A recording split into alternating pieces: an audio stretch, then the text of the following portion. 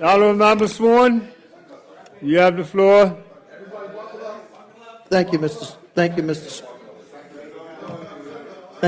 Speaker. Mr. Speaker, this is a subject which is near and dear to my heart. And I'll use up my time waiting until some members. This is an important issue. Unlike my colleague from constituency number 1 who spoke very, very well, I was not born and raised in St. George. But I know one thing. There are many of us who have made St. George's our home. And some of us love St. George's so much that we have taken on the blue and blue. But, Mr. Speaker, I came to St. George, ironically, to run a Quango. Prior to that, to serve an apprenticeship down in Tuckerstown. So, like my uncle before, I have worked my entire life up until more recent years in St. George. And I ran a Quango. So I have some experience running a Quango. And Mr. Speaker, I just want to dispel a few things.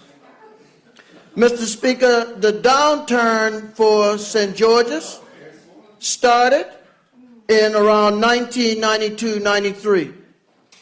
Because if anyone knows what took place in 1992-93 time period, would have known that a recession came in this country, and it came around the time when the bases left Bermuda.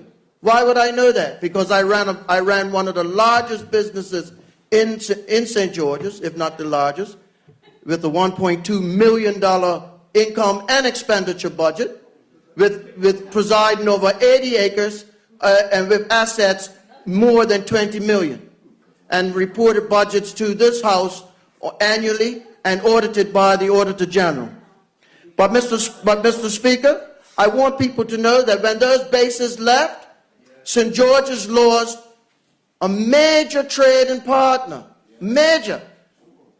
If you would have known, when I came to St. George's, Mr. Speaker, my friend was Jimmy Williams, the late Jimmy Williams.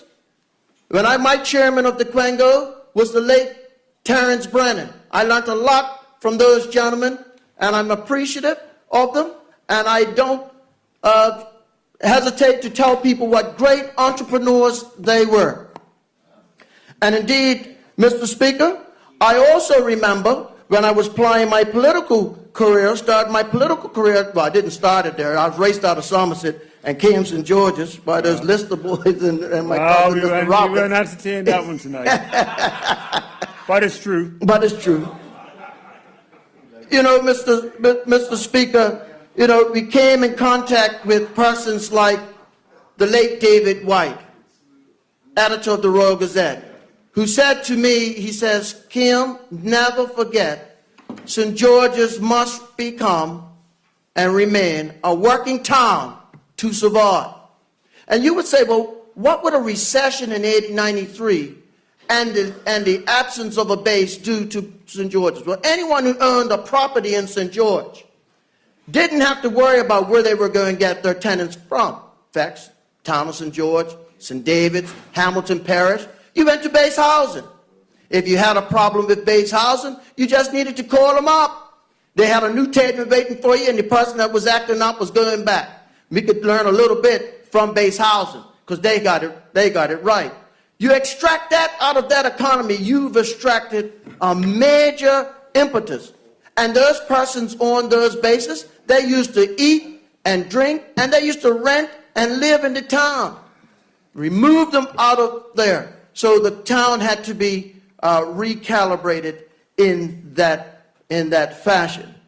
I've heard persons, the honourable member, Mr. Silver Richards, use, land grab and that licking our chops.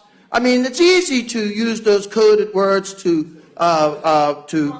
carve up disingenuous feelings and and to get persons looking very negatively at the PLP. The one thing that I've learned, Mr. Speaker, in my 38 years of being in St. George's, that everyone who has ever run for St. George's, be it for the general election, be it for the municipal election, whatever party they were, they cared about St. George. And I can look at the things that the previous OBA government did in St. George's, and yes, it was their version of what's best for St. George. I can't help but know that the silence that persons had when people built right on the beach, and people who would have objected vehemently to persons who wanted to do things with the cut or whatever were very vocal, and they were very silent in that regard. I take note of that, and I take note how persons look very suspiciously at anything PLP, and especially anything PLP that has business associated with it. And if that's the narrative that is going to take to make someone get back into the political ball game, then Bermuda out there, buckle up. We're going to get plenty of it, and it's coming up often. But let me say this: St. George's must do things differently. Listen, I remember as a budding politician back in 1998, I found an article. People are used to looking up articles. Oh, you said this, you said this. You know, that's something I used to say often. I used to talk about sewage. Because the sewage... You're laughing. You're laughing. In Hamilton, they pump raw sewage off of Great Bay every day. And that's not a laughing matter. It's affecting our ecosystem. It's affecting our beaches up and down this island. Grease balls coming up. And they'll spend millions of dollars. Hamilton will spend millions of dollars just to be able to pump it again out there. When? And I don't mind using this man's name because it's in the Royal Gazette from 1998. Keith Claridge, when he wrote, I think the honorable member, the minister might know this gentleman. Keith Claridge worked for in water engineering, and he told me about sewage. The sewage line goes right down Bourne Drive and goes out to sea. Raw sewage going out to sea off of, and I had a budget then when I was paying about $150,000 annually for water to irrigate. And he says, look, Kim, what you're spending to irrigate, capture that sewage that's coming up from the town.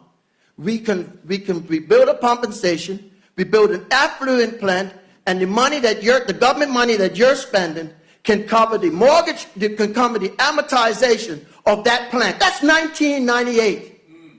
And we've had, and that's 21 years ago, I was saying that. Okay? Now, we're gonna come here and we're gonna say, look at those guys. But you know what? Dr. Braun, I heard the honorable member mention Dr. Braun in 2010. But Dr. Braun came to us with fast ferries. I could go back and find all the articles that I may have contributed to telling them how I could take the money and put it into schools and all the like. I remember the honorable member, Mr. Pettingale, being with me down the Senate, and we used to tickle him up on that. But he was steadfast, and he bought those fast ferries in Bermuda. Now we're trying to find out how we can get more, so we can have more people coming from Dockyard to St. George's. And listen, the best way for failure in business is to be underfunded. And what the minister, and yes, my honorable colleague put forward some concerns. She's St. George's through and through and through, like me. And yes, we are hoping for the minister to come with a St. George's model, because we're different from Hamilton. I don't want to be tied with those lots. Look, the Hamilton businesses, when I came to St. George's, used to have their satellite shops in St. George's. No. Where are they now? They're not there. Well, you're going back way back. I'm going back to when I came to St. George's. But they're not there anymore. And what I'm saying is this: Goslin's isn't in St. George's anymore. They're not in St. George's anymore. And they were a major part of the St. George's. The St. George's, love it or like it, we have to do things differently.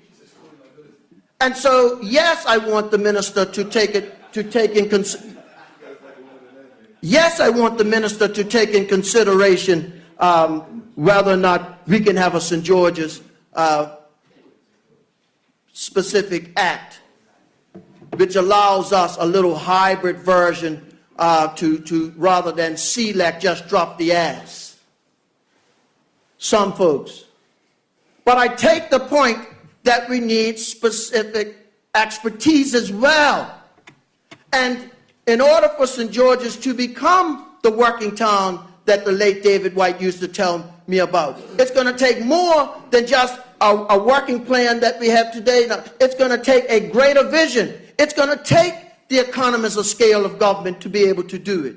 Whatever government is in town. That's what we tend to forget. Democracies are that if we don't do it right, we get replaced. I'm prepared to hang my hat on that. I've only run in a seat where I could only be in or be removed. Some people don't have that problem. Some people are guaranteed a seat forever, irrespective of what they do. They're locked in. But I'm telling you this, I'm prepared to hang my hat on the type of things that I had to do when I came to St. George's in 1985. My chairman, the first day Terry Brennan took me to St. George's, he says, we're going down lunchtime. You're going to meet my friend. And you're going to meet somebody who cares about St. George's, that understands business, and you need to understand the relationship of the town and the business. It's a balancing act. But the businesses are non-existent today to the degree that they were. And it's going to take a greater economy of scale in order to turn that tank around. Listen, when you have the type of water treatment that I was talking about in 1998 coming to fruition, it's going to take, Bermuda's only 22 square miles. It's only a little fraction of what is a major city like New York or whatever.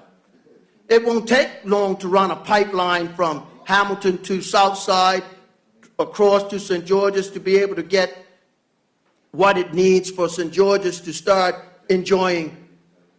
And Bermuda, not only St. George's, the whole island to be able to enjoy the type of infrastructure that we so desperately need.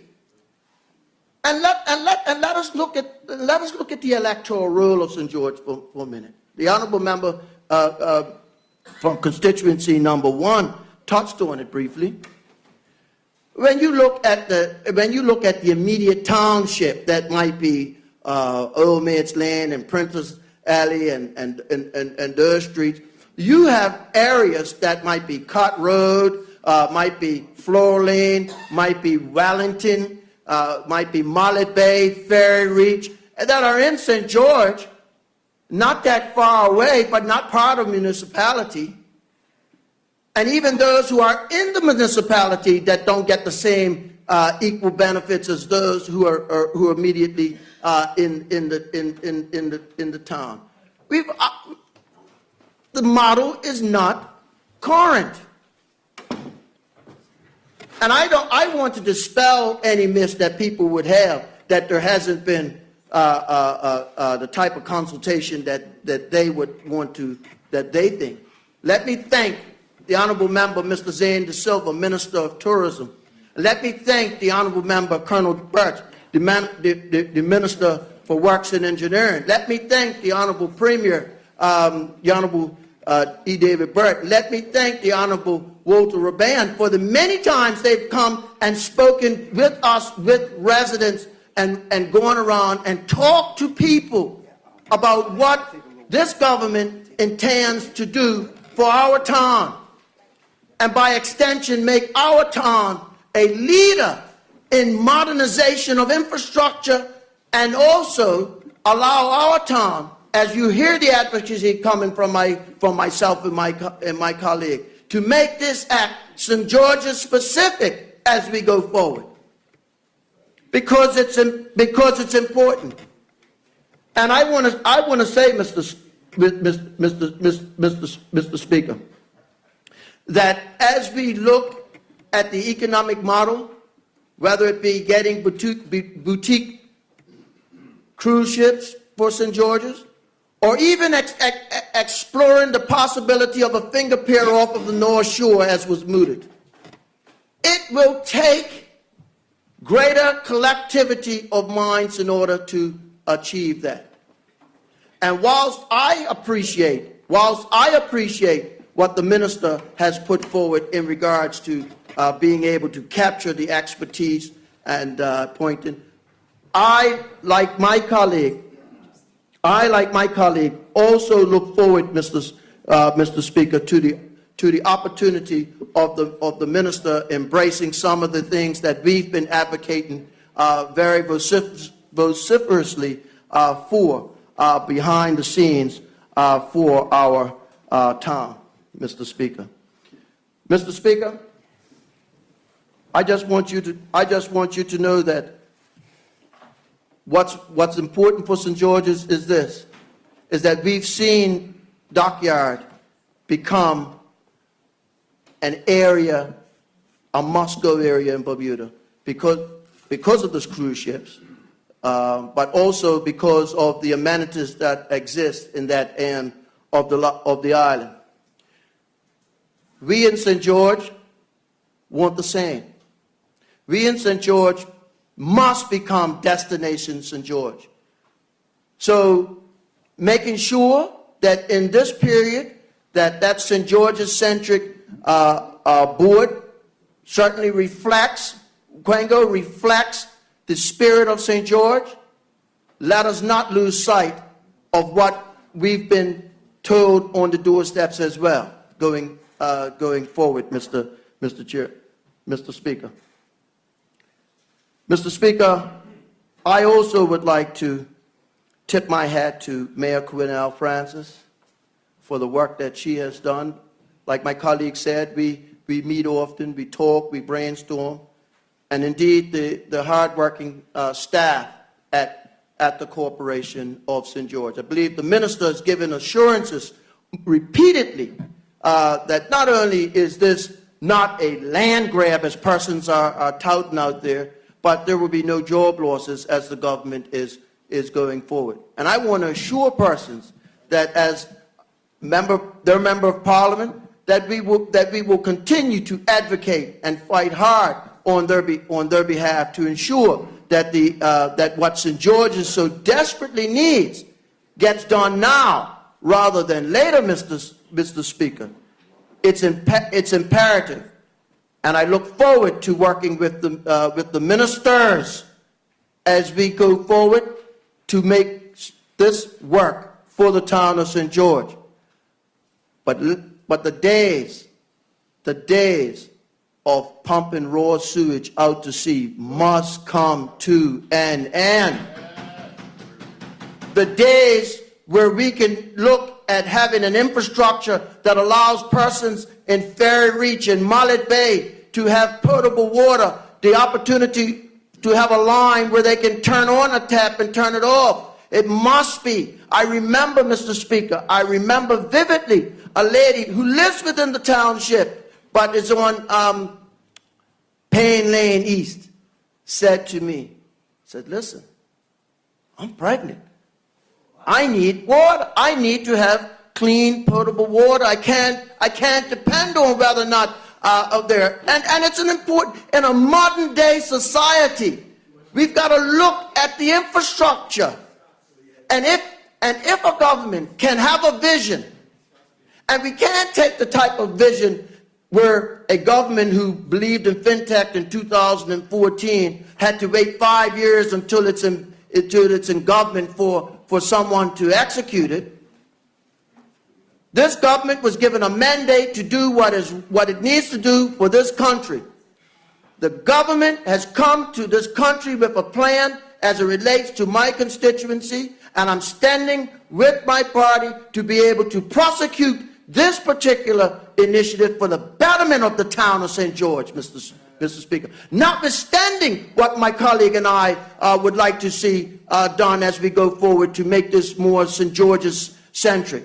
It must be done, because we cannot have St. George's at the bottom of the totem pole when it comes to economics, when it comes to tourism,